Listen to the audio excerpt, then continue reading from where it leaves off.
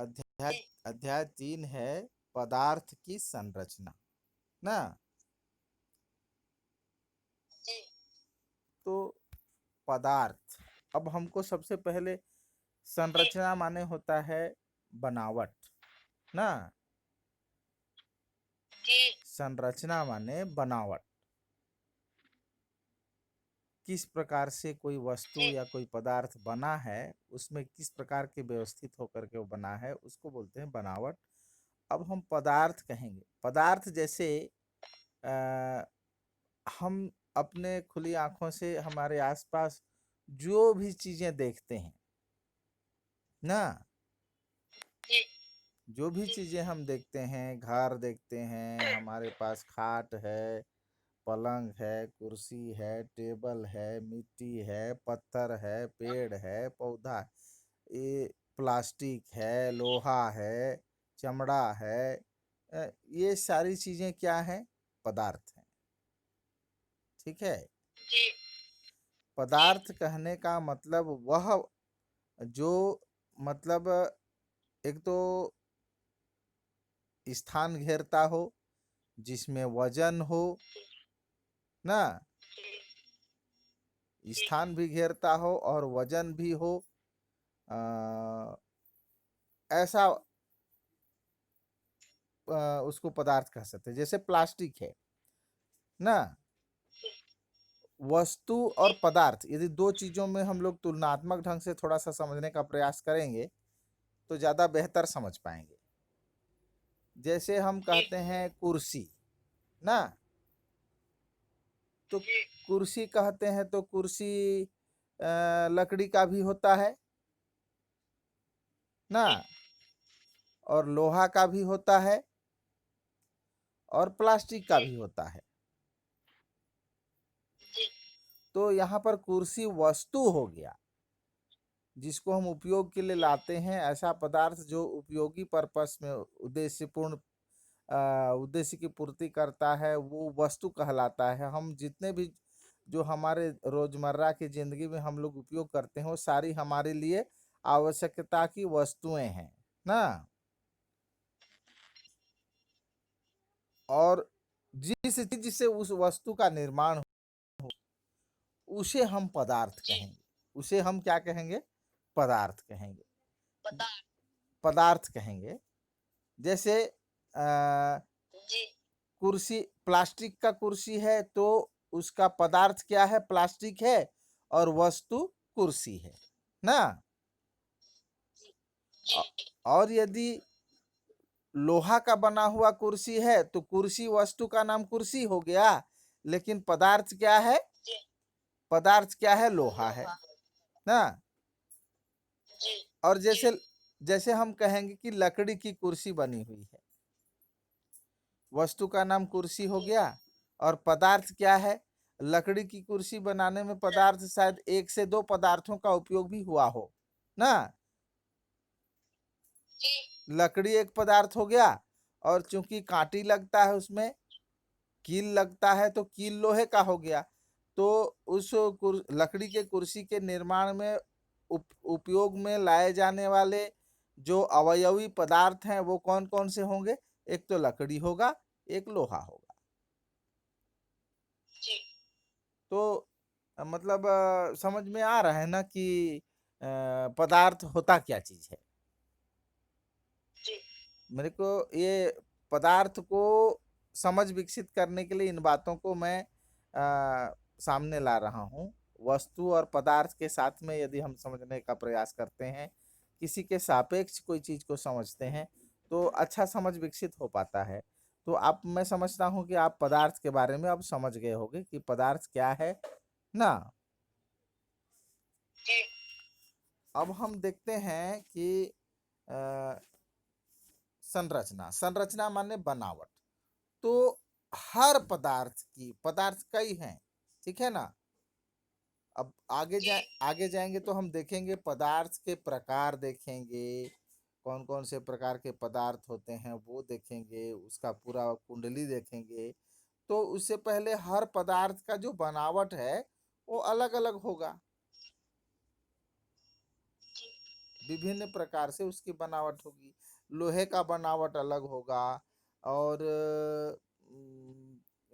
Plastic का बनावट अलग होगा। और सीधी सी बात है, हम जैसे कहते हैं ना कि जैसे पदार्थ लकड़ी के को ले लेते हैं, तो पदार्थ का निर्माण कैसे होता है? छोटे छोटे कण एक दूसरे के अंतराणुक बल, उस बल को हम लोग नहीं देख पाते हैं। आप लोग जब ऊंची कक्षाओं में जाएंगे तो कोई भी पदार्थ जो है किस प्रकार से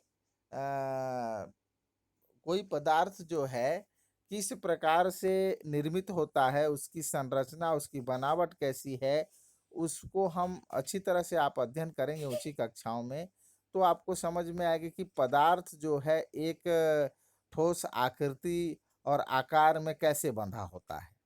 ठीक है ना? जैसे लकड़ी का कोई गुटका है, लकड़ी का कोई गुटका है, तो उस लकड़ी के गुटके के माध्य मतलब मध्य में एक अंतराणुक बल होगा। उस अंतराणुक बल के कारण उसके बाहरी कण जो एक एक घनिष्ठ व्यवस्था में बसे हुए हैं, जो ठोस आकृति प्रदान करते हैं और उस लकड़ी को लकड़ी का जो बनावट है बनता है ना। उसकी तुलना में हम देखते हैं पदार्थ की तीन अवस्थाओं को, जैसे ठोस अवस्था है, द्रव अवस्था है और गैस अवस्था है। तो ठोस अवस्था में जो पदार्थ के कण जो हैं वो थोड़ा नजदीक नजदीक होते हैं, सटे हुए रहते हैं, एक दूसरे के संपर्क में रहते हैं, परंतु इतने अंतराणुक बल के माध्यम से मतलब आकर्षित और प्रतिकर्षित होते हैं, जो कि वो एक दूसरे से इतने घनिष्ठ मिले हुए होते हैं कि एक ठोस आकृति प्रदान करते हैं उस पदार्थ को। और मतलब वो जल की भांति बहते नहीं है या द्रव की भांति बहते नहीं है। ये ठोस पदार्थों की संरचना की बात हो रही है। और जहाँ द्रव पदार्थ की बात करेंगे, तरल पदार्थ की बात करेंगे, तो जैसे जल है, तो वो उनमें जो अणुओं और उनके परमाणुओं का विन्यास इस प्रकार से रहता है कि वे बह सकते हैं, इधर उधर फ्रीली जा सकते हैं, अपनी जो संरचना को एकदम लचीलापन बना सकते हैं। ठीक है। उसके अलावा गैस पर देखते हैं तो उसके उसका संरचना इस प्रकार से रहता है कि वो कहीं भी इधर उधर फैल जाता है। तो इस प्रकार से पदार्थ की तीन अवस्थाओं की बात हुई और आगे हम देखेंगे। अब देखते हैं हम ऐसी कई विधियों के बारे में जानते हैं जिनके द्वारा मिश्रण में उपस्थित विभिन्न पदार्थों, मतलब कोई मिश्रण, मिश्रण मतलब मिलावट चीज ना, मिला हुआ अन्य अन्य पदार्थों का, विभिन्न प्रकार के पदार्थों का। कौन फोन कर रहा है जी? कुछ भी नहीं रहा है, फोन आ रहा है।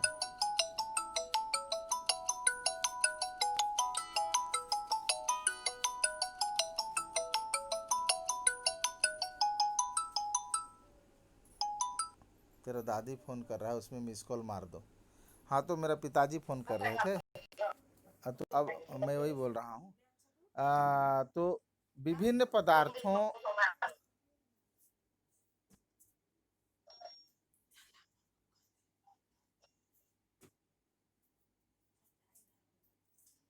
एक मिनट, फोन आ गया ना तो डिस्टर्ब हो गया।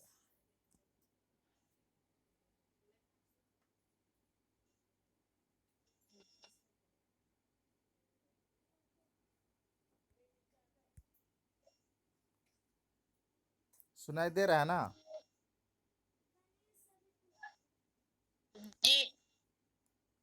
थोड़ा सा डिस्टर्ब हो गया जी। आवाज तो सुनाई दे रहा है ना? हाँ, तो किताब आपके पास में है, तो हम वही देखते हैं कि जो पदार्थ हैं, बहुत सारे पदार्थ मिले हुए रहते हैं। फिर बार बार फोन कर रहा है, उसमें मिस कॉल मारना जी।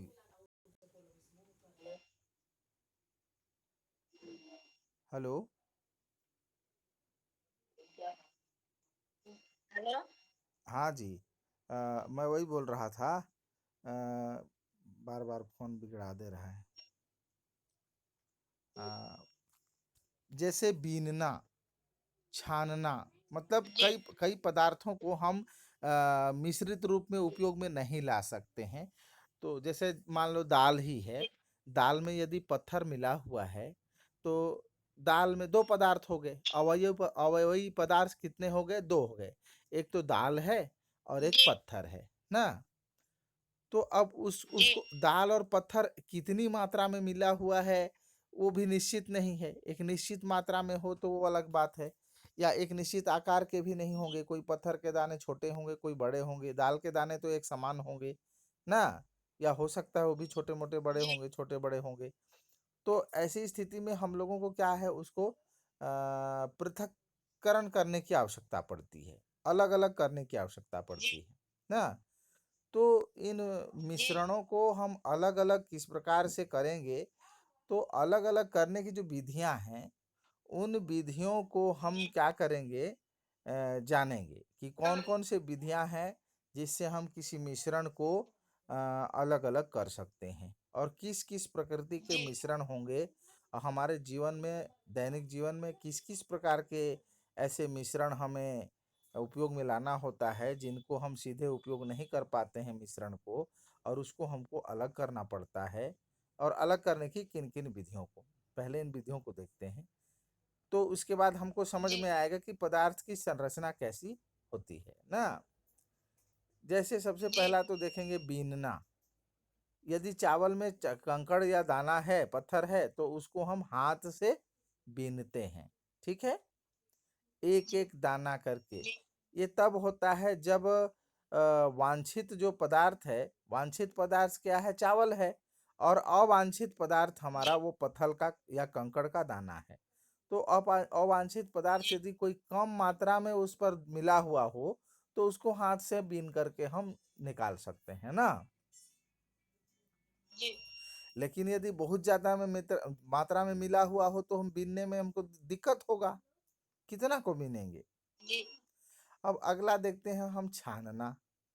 छानना ये सब हमारे जीवन में रोज हमारे घरों में प्रयुक्त होते हैं। जैसे अब गाय का दूध निकाले ना, गाय का दूध जी निकालने के बाद में दूध निकालते समय गाय के जो रोए होते हैं वो दूध में मिल जाते हैं।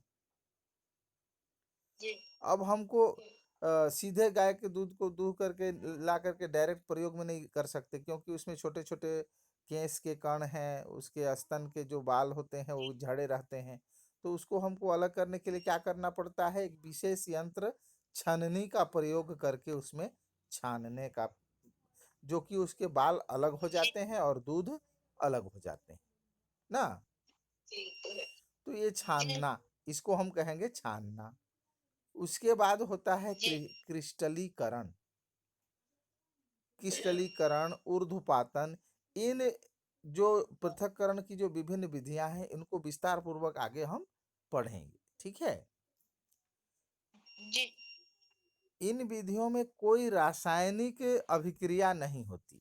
रासायनिक अभिक्रिया कहने का मतलब ये होता है कि उनके अंतर में कोई ऐसी क्रिया जो कि उनको पूरे उनकी संरचना को बदल दे ना, जी जी उनके अंतर संरचना को बदल करके उसमें कुछ पदार्थ हमें प्राप्त हो या निष्कर्षित किया जाए, उसकी पूरी व्यवस्था, मतलब संरचनात्मक व्यवस्था में यदि कोई परिवर्तन हो और दो अवयवी पदार्थ में एक प्रकार से क्रिया हो, तब उसको हम रासायनिक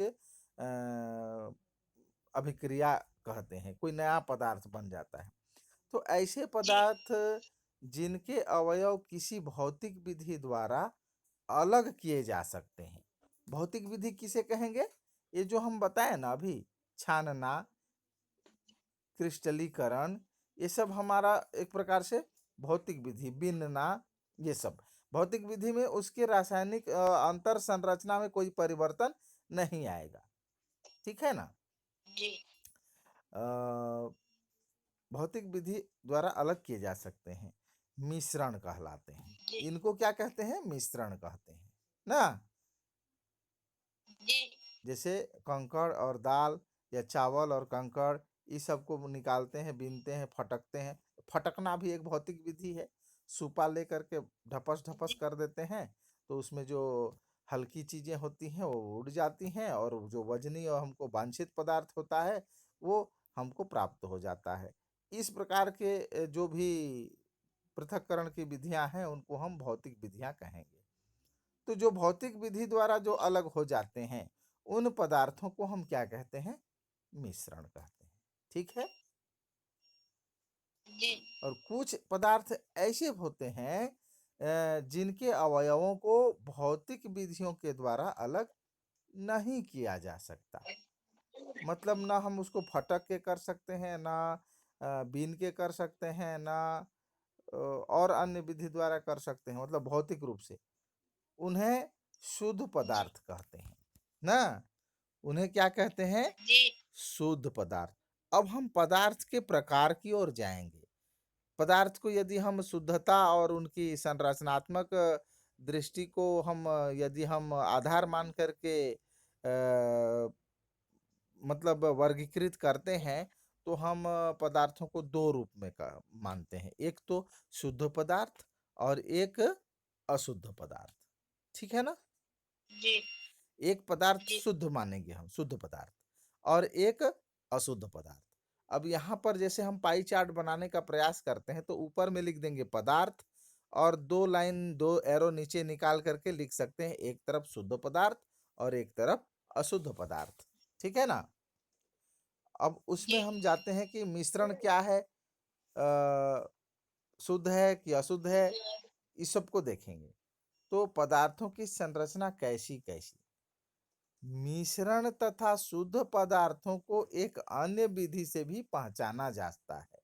वो विधि क्या है मैं बता दे रहा हूं ना। शुद्ध पदार्थ, जी यहाँ पर एक तो एक प्रकार को भौतिक विधि से अलग होता है, उसको मिश्रण बोलते हैं, और जिसको भौतिक विधि से हम पृथक नहीं कर सकते हैं उसको शुद्ध पदार्थ कहते हैं। ठीक है। तो इन दोनों पदार्थों को एक अन्य विधि से कैसे किया जाता है, वह है गर्म करने पर उनका जो अवस्था है वो परिवर्तन हो जाता है। ठीक है। हेलो, जी सुनाई दे रहा है? जी बढ़िया सुनाई दे रहा है ना। जी हाँ, तो क्या है, मान लो कोई मिश्रण है ना, जी और उस मिश्रण को, उसमें दो या तीन प्रकार के अवयव मिले हुए हैं, और हम उसको यदि गर्म करते हैं, तो उनमें मिले हुए पदार्थों की जो अवस्था परिवर्तन, ताप देने पर किसी भी पदार्थ का जो अवस्था में परिवर्तन हो जाता है। यदि हम किसी वस्तु को गर्म कर देते हैं या पिघलाने लगते हैं, तो ठोस अवस्था से द्रव अवस्था और द्रव से गैस अवस्था में बदलने लगता है ना। Hello, hello,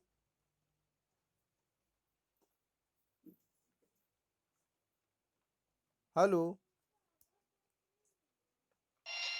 hello. हाँ आवाज नहीं सुनाई दे रहा है?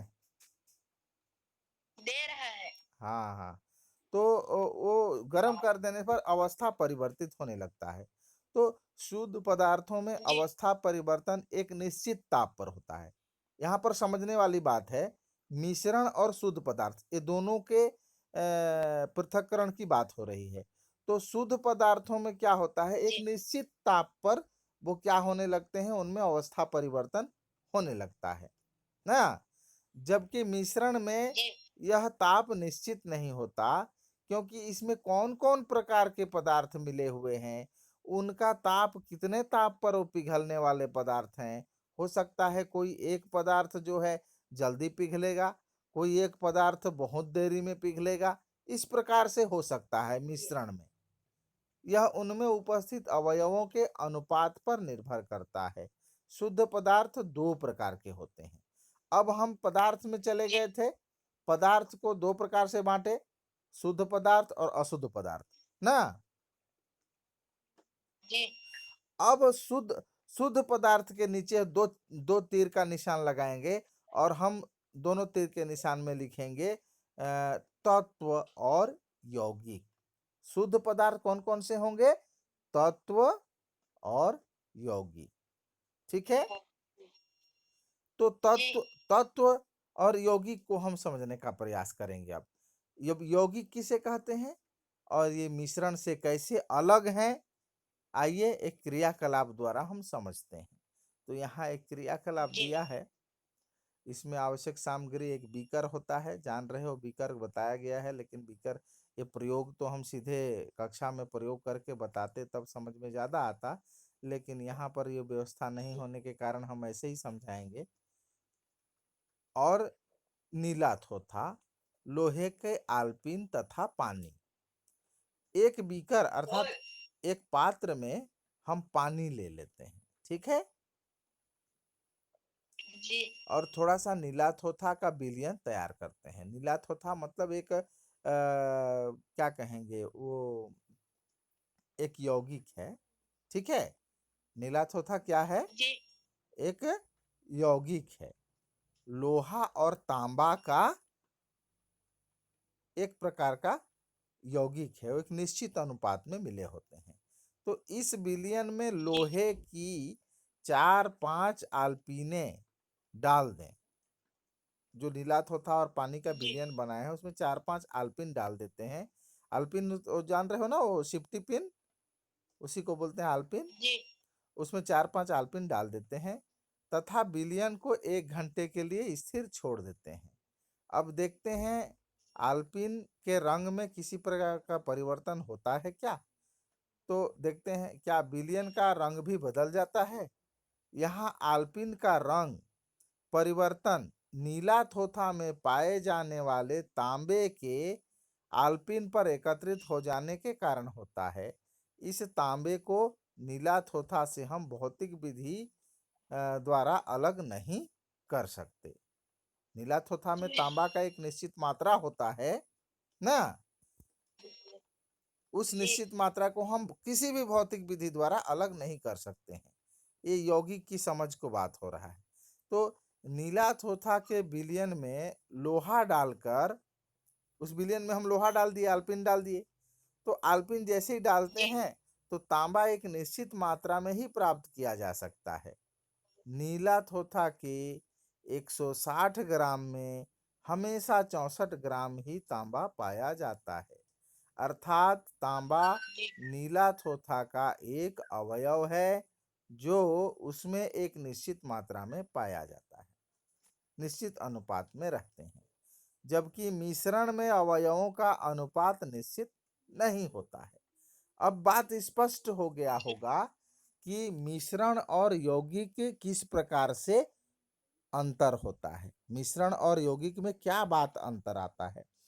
साफ साफ मैं समझा दे रहा हूं ना, बिना तौले, बिना वजन किए, ना बिना उसकी मात्रा को या किसी चीज में नाप के हम अंधाधुंध कुछ मात्रा ले लेते हैं बालू का, कुछ मात्रा ले लेते हैं शक्कर का, कुछ मात्रा ले लेते हैं मिट्टी का, और उसको मिला देते हैं, तो वो क्या बनता है? मिश्रण बन जाता है ना। जी उसमें मतलब किसी प्रकार का मापदंड नहीं है कि कौन से अवयव को हम कितना ले रहे हैं, ठीक है ना। जी मिश्रण में किसी भी अनुपात में अन्य पदार्थों को, अवयवों को मिला दिया जाए, मिश्रण बन जाता है। लेकिन यौगिक में ऐसा नहीं होता है। यौगिक में दो या दो से अधिक पदार्थ को एक निश्चित अनुपात में लेकर के उसको मिलाया जाता है और उसमें एक अभिक्रिया होती है, और उस अभिक्रिया के फलस्वरूप क्या होता है, एक नया पदार्थ बनता है, उसको हम यौगिक कहते हैं, ठीक है। जी साधारण यौगिक जी के रूप में हम लेते हैं तो हमारे घरों में हम पानी का प्रयोग करते हैं, ठीक है। अभी हम पिछले अध्याय में जल के बारे में अध्ययन किए हैं, तो वहां पर दो पदार्थ, दो शुद्ध पदार्थ, शुद्ध पदार्थ किसको कहेंगे? शुद्ध पदार्थ में एक तो हम बोले हैं तत्व को, और एक बोले हैं किसको? यौगिक को, ठीक है ना। जी अब हम दो तत्व लेते हैं, ऑक्सीजन और हाइड्रोजन, ठीक है। जी, ऑक्सीजन और हाइड्रोजन और दोनों का को कितनों भी मात्रा में यदि हम मिला के रख देंगे तो पानी नहीं बनेगा, ठीक है।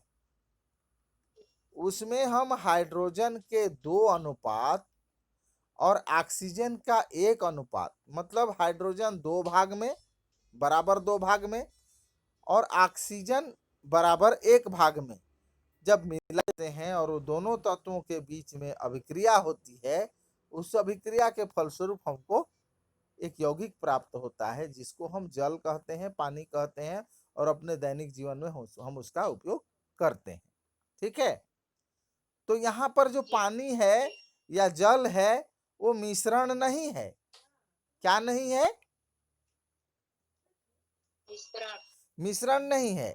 यहाँ पर हम फिर पुनः वापस लौटते हैं। मिश्रण को हम क्या बताए थे? किसी भी भौतिक विधि द्वारा हम उसको अलग कर सकते हैं, ना? तो किसी भी भौतिक विधि द्वारा हम हाथ से बीन के, फटक के या कुछ करके या कुछ भी करके हम पानी को ऑक्सीजन और हाइड्रोजन में थोड़ी बदल सकते हैं। जी, नहीं बदल सकते हैं।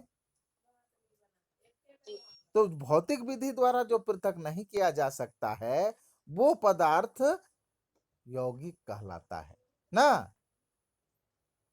जी, वो मिश्रण नहीं कहलाएगा, ठीक है। जी, हाँ, तो ये और मिश्रण क्या है? मिश्रण को जैसे मैं बोला था कि क्या कहेंगे,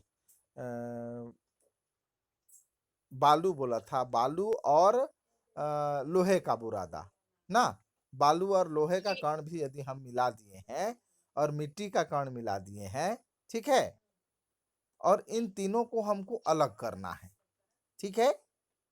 जी, हम एक पात्र में थोड़ा सा बालू रख लिए, थोड़ा सा लोहा का कण रख लिए और थोड़ा सा मिट्टी रख लिए, ठीक है। अब हम इसको जी, पृथक करने के लिए एक विधि अपनाते हैं, जो भौतिक विधि होगा, रासायनिक या मतलब क्या कहेंगे, वो दूसरा विधि नहीं होगा, भौतिक विधि अपनाएंगे। भौतिक विधि में क्या करेंगे, हम उसको ले लिए उस पूरे मिश्रण को और पानी में घोल दिए, ठीक है। पानी पानी में घोल देते हैं तो मिट्टी के कण जो है घुल जाते हैं, ना? जी, मिट्टी के कण घुल जाते हैं, पानी में विलय हो जाते हैं, और बालू और लोहे के कण तो बच जाते हैं। बचते हैं कि नहीं? जी, अब सुविधानुसार हम ये भी कर जी, सकते हैं, सुविधानुसार हम ये भी कर सकते हैं, पानी में घोलने से पहले ही, चूंकि उसमें लोहे के कण हैं, जी, इसलिए हम क्या करते हैं, एक चुंबक ले लेते हैं और चुंबक को उस मिश्रण में फिर आते हैं, तो जितने भी लोहे के कण हैं वो सारे चुंबक में चिपक जाते हैं। जी, ये भौतिक विधि है। तो अब बच गया बालू और मिट्टी के कण मिले हुए हैं। अब उसको हम क्या करेंगे, जल में घोल देंगे। जल में घोल देंगे तो मिट्टी के कण जो है वो जल में विलय हो जाएंगे और बालू तली में बैठ जाएगा। बैठेगा कि नहीं? जी, बालू तली में बैठे, बैठ जाएगा विलयन बना करके। तो हम एक भौतिक विधि का उपयोग करेंगे और पानी जो घुला हुआ पानी रहेगा, मिट्टी घुला हुआ जो मटमैला पानी रहेगा, उसको निथार लेंगे। निथारना भी एक भौतिक विधि है। जी, अब लास्ट में बालू बच गया हमारा बाल्टी में या पात्र में बच गया, ठीक है। ठीक है ना? जी, अब हमारे जी, पास क्या है, जल में मिट्टी के कण घुले हुए हैं और वो मटमैला पानी हमारे पास है। अब उससे हमको अलग क्या करना है, मिट्टी को अलग करना है और पानी को अलग करना है, ना? जी, तो हम उसको क्या करेंगे, हम ऐसी व्यवस्था बना देंगे छन्नी का, मतलब बजरी, कंकड़, मिट्टी और छन्ना पत्रक लगा करके हम क्या कर देंगे, उसको छान देंगे।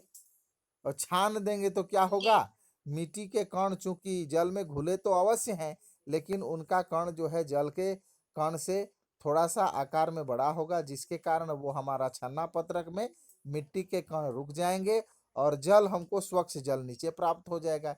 इस प्रकार से उस मिश्रण से हम भौतिक विधि द्वारा ही सारे अवयवों को अलग अलग अलग जगह में पृथक कर पाते हैं, है कि नहीं? जी, लेकिन अब कहोगे हम जल को भी तो कर सकते हैं, गरम कर देंगे सर तो भाप बन जाएगा, बोलोगे कि नहीं? जी, जल को गर्म कर देंगे तो भाप बन जाएगा, बोलोगे। लेकिन भाप बनेगा तो आप क्या पहचान पाओगे भाप में? जो निकलेगा भाप वाष्प बन के, उसमें कौन से भाग का भाप हाइड्रोजन है और कौन से भाग का भाप ऑक्सीजन है, आप जान पाओगे?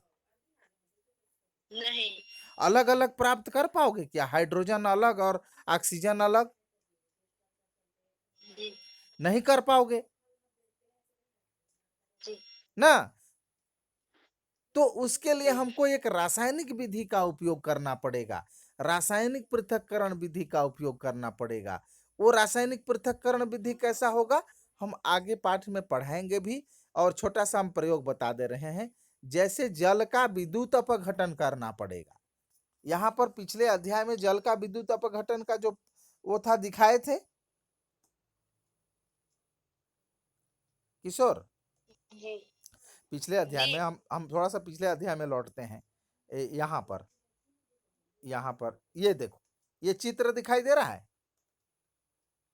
जी, ये चित्र देखते हैं जल का विद्युत अपघटन। ये रासायनिक विधि है, पृथक्करण की रासायनिक विधि है, भौतिक विधि नहीं है ना। ये जी, दो परख नली अंदर में दिखाई दे रहे हैं, और इस जार में जो जल है उसको जल का विद्युत अपघटित करके हम उसको अलग अलग परख नली में देखो, एक परख नली में बड़ा स्थान में वायु दिखाई दे रहा है, मतलब खाली स्थान दिखाई दे रहा है। जो हाइड्रोजन है दो अनुपात में होता है, पानी में जो हाइड्रोजन है वो दो अनुपात में होता है, ठीक है ना। जी, दो भाग में हाइड्रोजन रहता है और ऑक्सीजन एक भाग में रहता है। इसलिए ऑक्सीजन परख नली में आधा दिखाई दे रहा है और हाइड्रोजन परख नली में दूना दिखाई दे रहा है। जी, ये इस प्रकार से विद्युत अपघटन, जल का विद्युत अपघटन करना एक रासायनिक विधि है। बाकी हम गर्म करके, भौतिक विधि है वो भी गर्म करना, लेकिन गर्म करके भी हम उसको भाप ही प्राप्त कर पाएंगे, उसमें से हम हाइड्रोजन और ऑक्सीजन को अलग नहीं कर सकते, है कि नहीं। जी, तो आपको अभी तक पूरा समझ में आ गया होगा कि मिश्रण और यौगिक में क्या क्या अंतर है।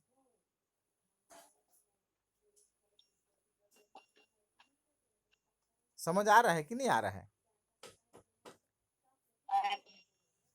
अब गैस में गैस, ये एक सारणी दिया हुआ है, मिश्रण के प्रकार को बताया है, कौन कौन से प्रकार के मिश्रण हैं और हमारे दैनिक जीवन में हम लोग उसका उपयोग करते हैं। ये देखो, वायु, वायु जो है वो गैसों में गैस का मिश्रण है ना। पदार्थ जी, की जो संरचनाएं हैं उसको आगे क्रम में हम देखेंगे, अगले दिन के कालखंड में हम पदार्थों की संरचना पर ही जाएंगे। उससे पहले हम पदार्थ की प्रकृति को भी थोड़ा सा देख लेते हैं।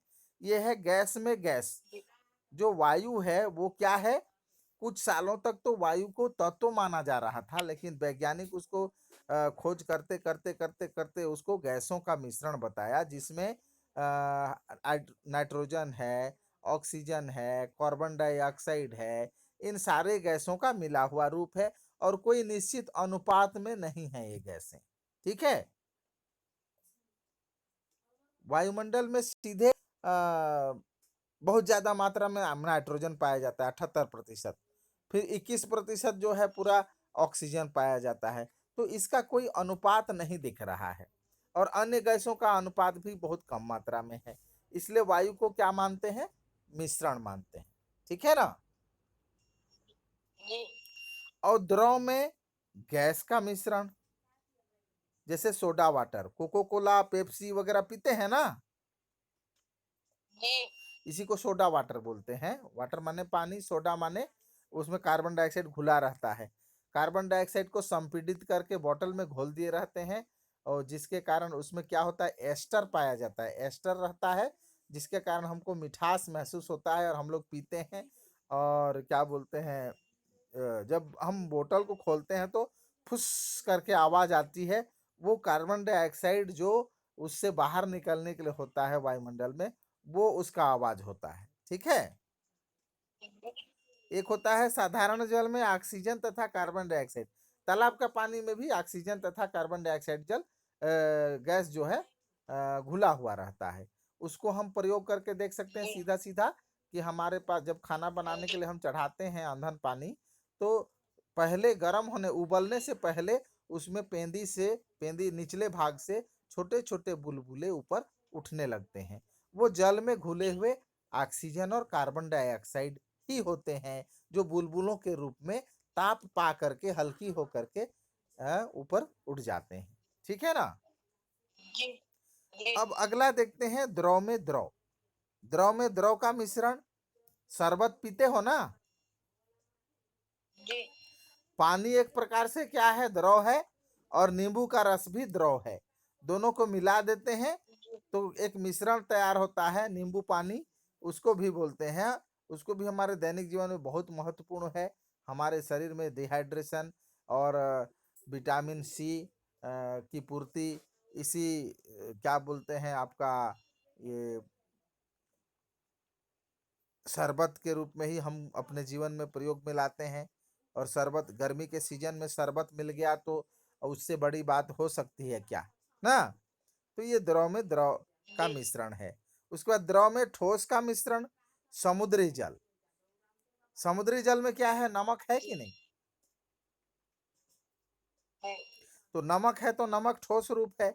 और शक्कर का विलयन। अब जैसे शक्कर और पानी को घोल बना देते हैं तो इसमें ठोस में द्रव में विलयन हुआ, ठोस में द्रव का मिश्रण हुआ। शक्कर ठोस है और पानी जो है द्रव है, दोनों को घोल के विलयन बना देते हैं, वो भी द्रव में ठोस का मिश्रण हुआ। अब ठोस में ठोस का मिश्रण। मिश्र धातु। जो पीतल होता है ना, पीतल होता है, कांसा होता है, ये बर्तन बहुत टिकाऊ बनते हैं। इसमें दो प्रकार के धातुओं को क्या करते हैं, मिला करके बनाते हैं। उससे क्या होता है, पीतल में चमक का गुण आ जाता है, और जो दूसरा पदार्थ होता है उससे क्या होता है, टिकाऊपन आ जाता है। तो दोनों का गुण मिल जाता है, इसलिए मिश्र धातु का निर्माण होता है। तो ये ठोस में ठोस का मिश्रण है। और गैस में ठोस का मिश्रण। धुआं। धुआं जो होता है, वो धुआं निकलता है, उसमें भी ठोस कण मिले हुए रहते हैं। ठीक है। जी धुआं में अधजले ठोस कण में भी निकलते हैं। तो इस प्रकार मिश्रण के विभिन्न प्रकारों को हमने देखा। ठीक है ना। जी जी आज इतना ही रहेगा। अब दूसरे प्रकार के शुद्ध पदार्थ के बारे में।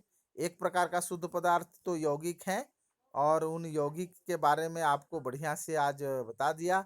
अब दूसरे प्रकार का जो यौगिक है वो दूसरे प्रकार का जो शुद्ध पदार्थ है वो है तत्व। तो तत्व के बारे में कल हम समझाएंगे। ठीक है ना। जी और पिछला अध्याय का जो नोट कॉपी है उसको भिड़ जाओ उसमें। ठीक है। जी आपके पड़ोस में देखो, लक्ष्मी को अभी जो इसको वीडियो बना रहा हूँ, ये वीडियो को भी डालूंगा, और इसमें कोई दिक्कत होगा तो आप लोग मिस कॉल स्कॉल करके पूछे। देखो, नीरज बार बार मिस कॉल तो करता है, पर मैं फोन करता हूँ तो काट देता है, पता नहीं क्या दिक्कत है। जी तो उसको बताना, मिस कॉल करता है तो बात भी करे ना, मैं फोन करता हूँ तो काट देता है।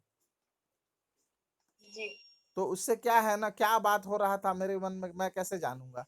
मिस कॉल करता है, मैं इधर से रिंग करता हूँ तो वो काट देता है। तो समस्या को जी बेहिचक रखो मेरे पास आप लोग ना। वो लक्ष्मी का फोन में भी मैं बना दिया हूँ, यूट्यूब क्लियर कर दिया हूँ, व्हाट्सएप को ओके करवा दिया हूँ, तो उसमें भी मैं वीडियो डालूंगा, पढ़ेगी देखेगी। और थोड़ा नोट कॉपी बनाने के लिए इन लोगों को सहयोग करो ना। जी ये नीरज हुआ आपका, लक्ष्मी हुई, थोड़ा सा जगेश्वर को भी अगर वो आसपास में आता है तो थोड़ा सा उसको भी थोड़ा सा हेल्प करो। ठीक है ना। जी चलो ठीक है, धन्यवाद।